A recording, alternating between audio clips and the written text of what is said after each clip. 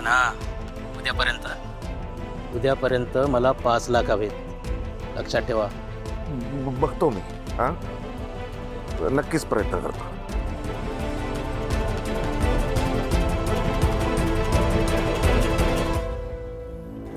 काय म्हणतोय रे? कसा बसा 5 लाखासाठी तयार झालाय. हो पण तरी 2 लाख कुठून आणायचे? तुझे आई वडील श्रीमंत आहेत ना, त्यांच्याकडे मागून आण जा.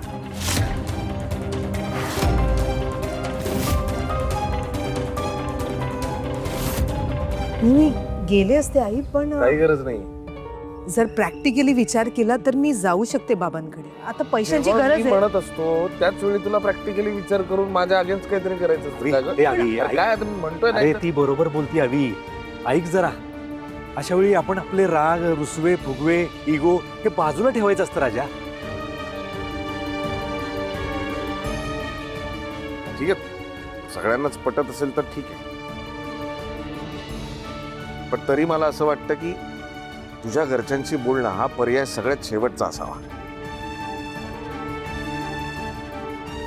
बर, मी त्या श्रीकांतकडे जातो. काय त्याच्या ओळखी आहेत मार्केटमध्ये, मी काय कर्ज वगैरे देत आहे का बघतो.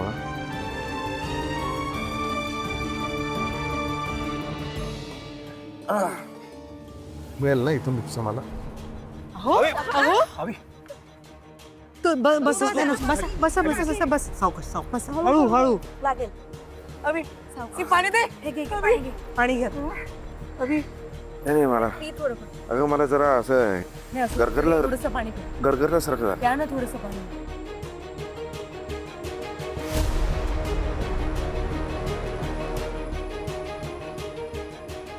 तुम्ही थांबा, मी साखर आणते.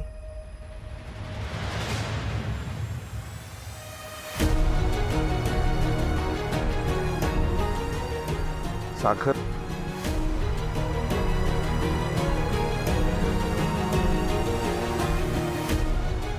नाही नाही, साखरेची गरज नाही.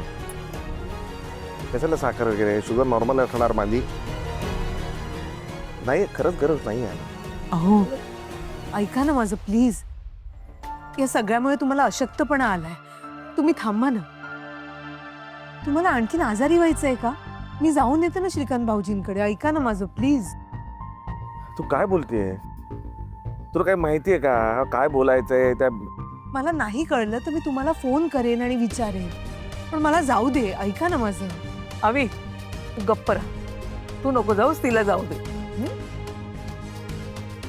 दादा सांगा ना. हवी, अरे ऐक जरा, जाऊ दे तिला.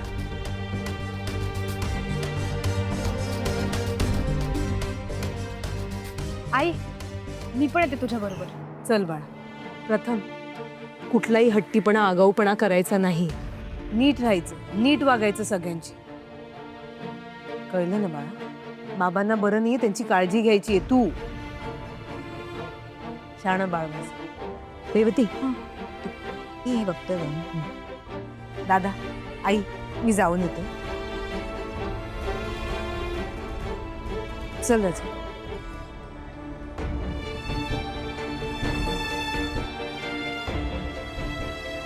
सावकाश जा. हो. काय लागलं तर फोन कर. हो हो करते. पाणी हवं थोडं. हा,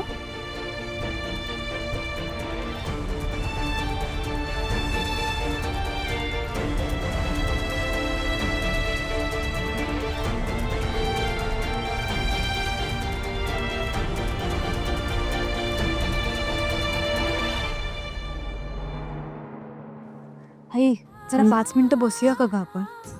हो बसूया ना बाळा. इकडे मंदिरापाशी बसूया.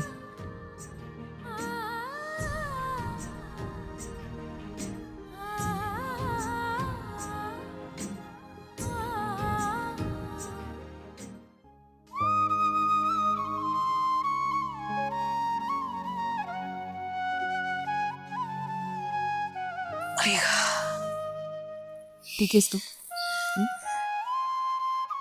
आई, तुला ह्याबद्दल काहीच माहित नव्हतं का ग?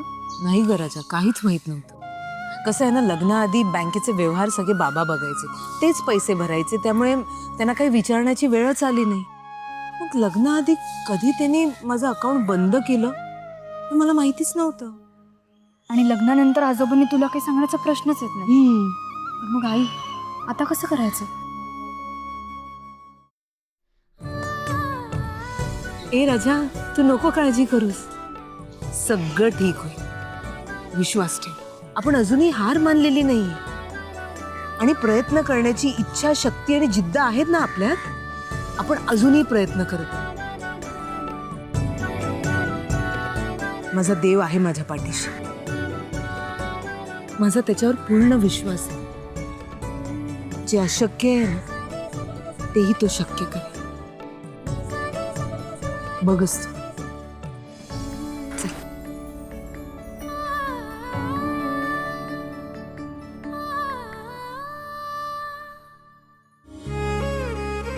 तू काहीतरी चमत्कार कर असं म्हणणार नाही मी. कारण प्रश्न पैशांचा आहे आणि ते कमवायला तू हातपाय दिलेस. तर फक्त काहीतरी मार्ग दाखव. आणखी प्रयत्न करण्याची ताकद आम्हाला दे देवा.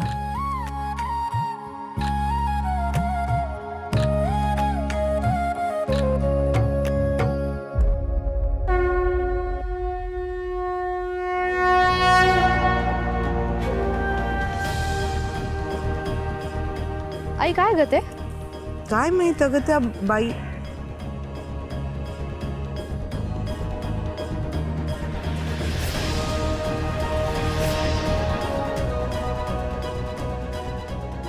ती बाई कुठे गेली?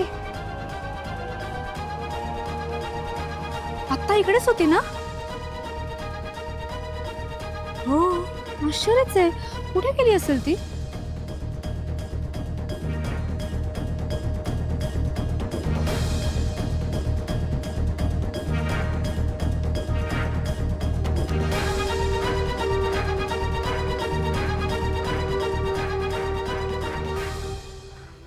पिहू, पिहू, हे बघ, हे वाच.